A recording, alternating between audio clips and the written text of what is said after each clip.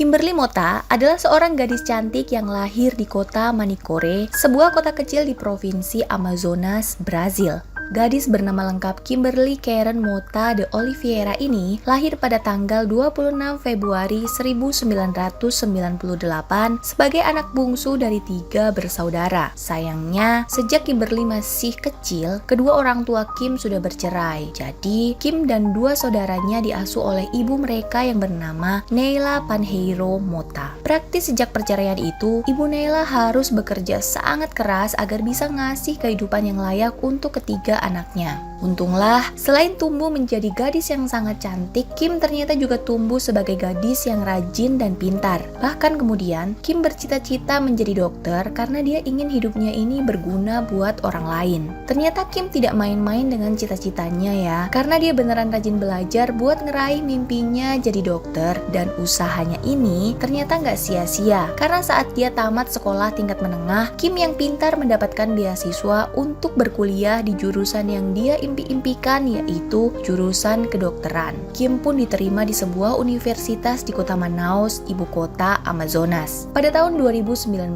Kim akhirnya pindah ke kota Manaus untuk memulai kuliahnya. Di kota ini, dia tinggal menumpang di rumah salah satu omnya yang kebetulan memang rumahnya ini berada nggak jauh dari universitas tempat Kim kuliah. Kim yang punya wajah sangat cantik ditunjang dengan badan yang ideal pula, tentu saja menarik banyak perhatian di tempat tinggal barunya itu. Gak heran kalau beberapa agen modeling akhirnya meminta Kim untuk menjadi model iklan produk mereka. Jadilah Kim ini semacam kerja freelance jadi model beberapa produk kecantikan di sela-sela kuliahnya. Kim sangat senang karena untuk pertama kalinya dia bisa menghasilkan uang sendiri dan bisa mengirimkan sebagian uang hasil jeripayahnya itu untuk sang ibu. Melihat Kim ini sepertinya sangat menikmati pekerjaannya sebagai model, salah seorang teman baiknya mendaftarkan Kim untuk ikut kontes kecantikan Miss Manicure pada tahun 2019.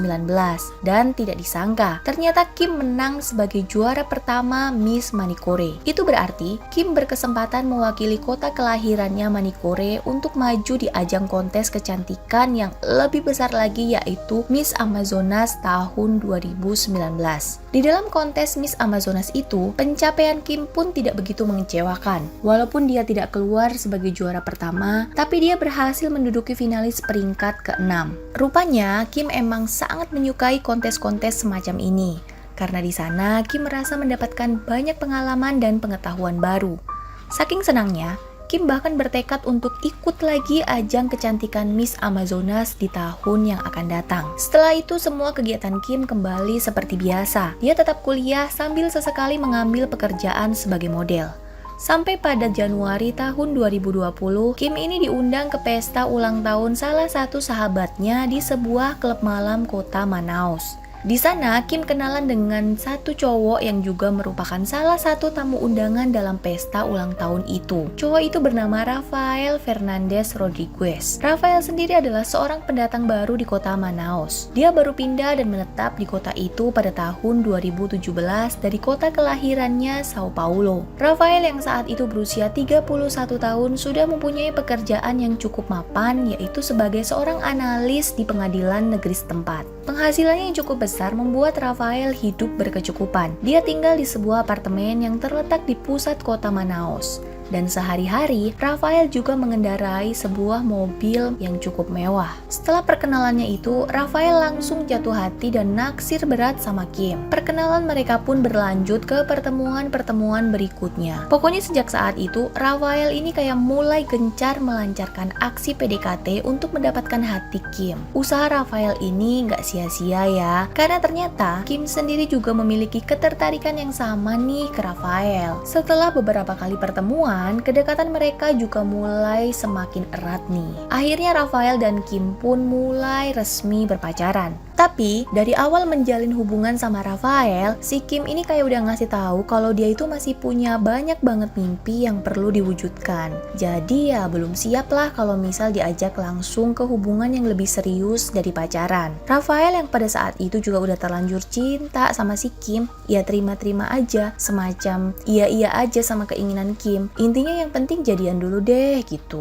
Kalau dilihat dari umur Kim sendiri ya emang masih sangat muda ya, yaitu sekitar 22 tahun waktu itu. Jadi masih wajar banget ya umur segitu belum mikirin komitmen atau hubungan yang berat. Tapi mungkin lain bagi Rafael yang udah menginjak usia 30 tahun lebih dan udah punya pekerjaan mapan pula. Jadi dia merasa udah pantes lah mikirin hubungan yang lebih serius gitu. Awalnya karena masih baru-baru jadian, masih manis-manis, indah-indah ya, semua berjalan lancar tanpa kendala. Tapi berhubung emang si Kim ini cantik banget, pinter dan ramah banget pula, lama-lama Rafael kayak mulai khawatir kehilangan Kim. Apalagi Kim juga lumayan populer ya. Nah, di minggu-minggu awal mereka jadian, sifat posesif dan controlling Rafael ini mulai agak berlebihan ya. Dia selalu berusaha mengecek HP Kim saat mereka lagi bareng. Takut ada chat dari cowok lain atau apa gitu. Terus dia juga mulai ngerasa curiga kalau Kim ini pergi tanpa dia. Pokoknya posesifnya itu udah mulai over dan lumayan bikin Kim gak nyaman. Puncaknya adalah Rafael nih mulai maksa Kim buat nikah aja. Padahal kan dari awal jelas-jelas Kim ini menegaskan kalau dia emang belum siap gitu buat terlibat dengan hubungan yang lebih serius. Tapi Rafael ini kayak gak ngerti, pokoknya dia maksa-maksa Kim untuk nikah aja gitu ke Kim. Entah memang dia yang terlalu takut kehilangan Kim karena saking cintanya atau memang dia aja yang egois. Dan desakan ini tentu saja bikin Kim makin gak nyaman dong ya. Dibilang cinta juga masih cinta, tapi kalau didesak buat nikah ya entar dulu. Dan di tengah kegalauan ini, Kim pun curhat sama mama dan beberapa teman dekatnya. Hingga akhirnya Kim mengambil sebuah keputusan buat ya udahlah putus aja gitu. Soalnya dia mulai stres dengan segala tekanan dan desakan Rafael buat cepet-cepet nikah.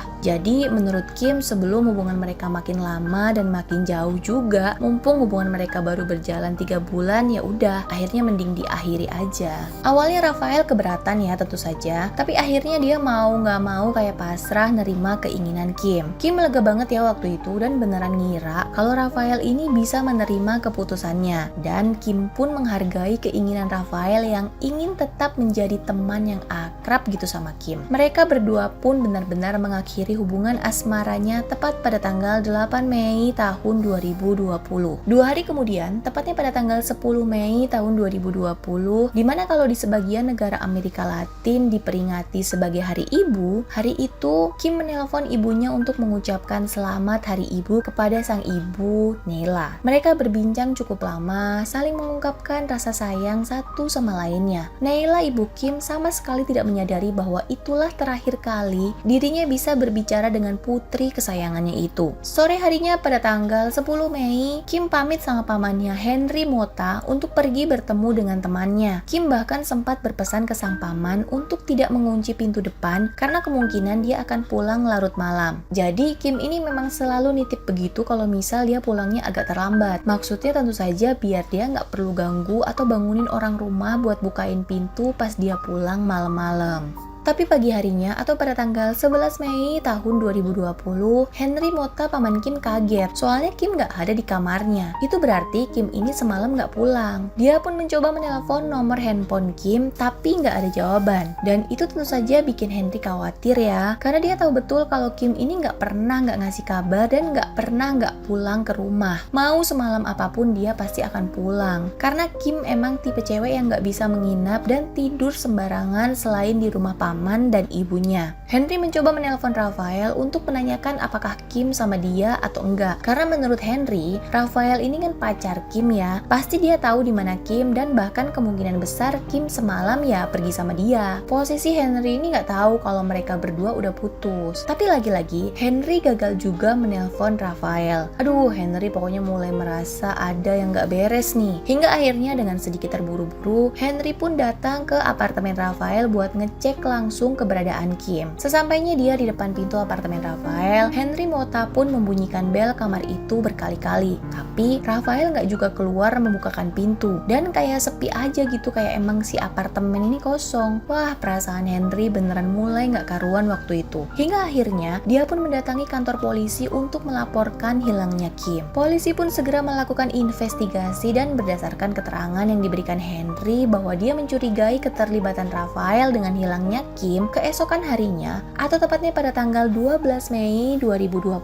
pihak kepolisian pun mendatangi apartemen Rafael berharap pemuda itu bisa dimintai keterangan. Tapi saat polisi mengetuk dan memencet bel kamar itu, dari dalam kamar sama sekali nggak ada respon hingga membuat pihak kepolisian pun akhirnya mendobrak paksa kamar Rafael. Ruangan demi ruangan di unit apartemen itu pun mulai diperiksa oleh polisi. Dan polisi ini mulai curiga karena ruangan itu lumayan berantakan ya, semacam kayak bekas ada orang berantem gitu. Kecurigaan polisi pun semakin menjadi saat memasuki kamar Rafael dan menemukan tubuh Kim sudah terbujur kaku berlumuran darah di sana. Kimberly Mota yang saat itu berusia 22 tahun dinyatakan meninggal dengan beberapa luka tusukan di bagian leher. Hasil otopsi menyatakan Kim telah meninggal dunia sekitar 2 hari yang lalu dan tidak ditemukan bekas pelecehan seksual. Polisi pun mulai menyisir seluruh area kamar Rafael dan menemukan sebuah pisau yang diduga kuat sebagai alat yang digunakan pelaku untuk menghabisi nyawa Kim. Saat diperiksa, ditemukan sidik jari Rafael di atas permukaan gagang pisau. Praktis mulai detik itu juga, status Rafael resmi sebagai DPO oleh polisi karena diduga kuat dialah yang membunuh Kim. Dari bukti rekaman CCTV yang ada di apartemen Rafael, tepat di hari kejadian atau di tanggal 10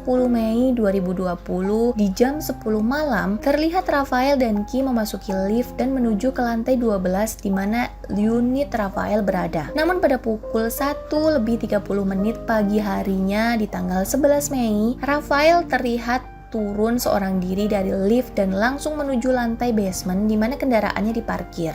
Dan tak lama kemudian, dia pergi mengendarai mobilnya meninggalkan apartemen. Kimberly diduga meninggal di antara pukul 11 malam sampai pukul 1 pagi. Setelah keluar dari apartemen, Rafael diduga mengendarai kendaraannya dengan kecepatan tinggi menuju ke bagian utara Brazil. Saat melaju dengan kecepatan sekitar 150 km per jam, tepatnya di daerah Caracaraí, tiba-tiba ada belokan yang cukup tajam. Dan saat itu, Rafael tidak sempat untuk mengurangi kecepatan kendaraannya sehingga mobilnya terguling beberapa kali dan keluar dari jalan raya. Untungnya, Rafael nggak mengalami luka yang serius ya. Dia kemudian meninggalkan begitu saja mobilnya dan sempat menumpang sebuah truk yang kebetulan lewat. Kemudian, dia melanjutkan perjalanannya lagi menggunakan sebuah taksi menuju kota Boa Vista. Di kota itu, Rafael sempat menarik uang di sebuah bank dan melanjutkan lagi perjalanannya menuju kota Pacarema, kota yang letaknya dekat dengan perbatasan Venezuela. Akhirnya Rafael berhasil melewati daerah perbatasan negaranya, tapi sialnya Rafael ditolak masuk oleh pihak imigrasi Venezuela karena saat itu Venezuela memang menetapkan status lockdown akibat pandemi global. Rupanya Rafael ini berencana kabur ke negara Spanyol lewat negara Venezuela karena di sana dia memiliki beberapa kerabat yang mungkin bisa dia tumpangi. Sementara Rafael dengan pelariannya, kita kembali ke pihak kepolisian yang masih memburu Rafael.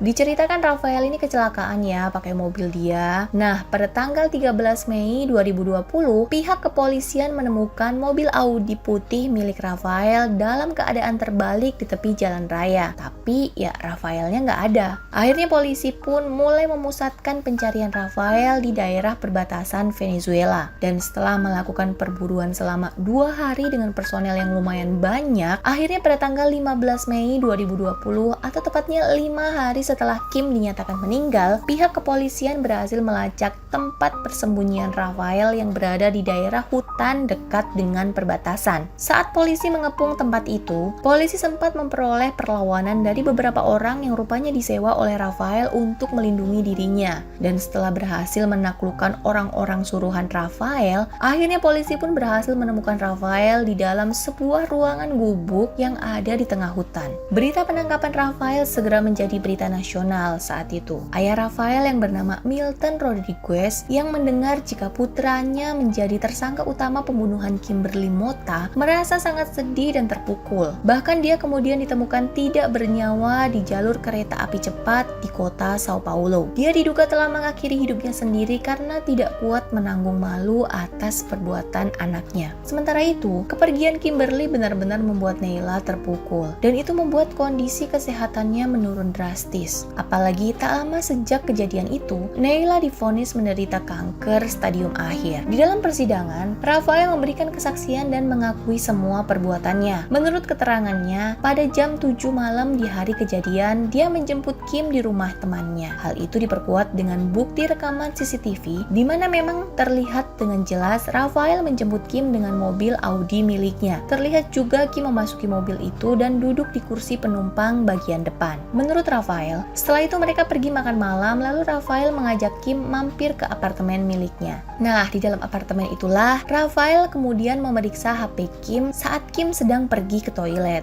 Di dalam HP Kim, Rafael menemukan beberapa pesan dari pria lain. Walaupun sebenarnya pesan itu hanya pesan biasa, artinya tidak ada unsur mesra atau gimana-gimana, Rafael yang emang udah dipenuhi sama perasaan cemburu menuduh Kim berbohong. Dia mengatakan bahwa alasan Kim memutuskan dirinya itu bukan karena dia belum siap menikah, tapi karena sudah punya cowok lain. Kim yang merasa itu tidak benar tentu saja menyangkal ya, tapi itu justru membuat Rafael gelap mata dan langsung menyerang Kim dengan menusukkan sebuah pisau ke leher Kim berkali-kali. Tentu saja, Kim langsung tewas saat itu juga. Awalnya, Rafael berniat membawa jasad Kim keluar dari apartemennya. Tapi kemudian, dia berpikir lagi jika dia pergi membawa jasad Kim, tentu saja perbuatannya akan terlihat di CCTV apartemen. Itulah kenapa akhirnya dia memutuskan untuk pergi kabur dan meninggalkan begitu saja jasad Kim di dalam apartemen miliknya. Sayangnya, rencananya untuk kabur ke Spanyol melalui Venezuela tidak berhasil. Dan sebenarnya, dia itu sedang bersembunyi di hutan sambil mencari-cari cara untuk bisa kabur ke luar negeri. Tapi, polisi terlebih dahulu berhasil mengendus keberadaannya lalu menciduknya. Pada hari kedua persidangan, tepatnya pada tanggal 28 Oktober 2021, Rafael Fernandez Rodriguez yang pada saat itu berusia 32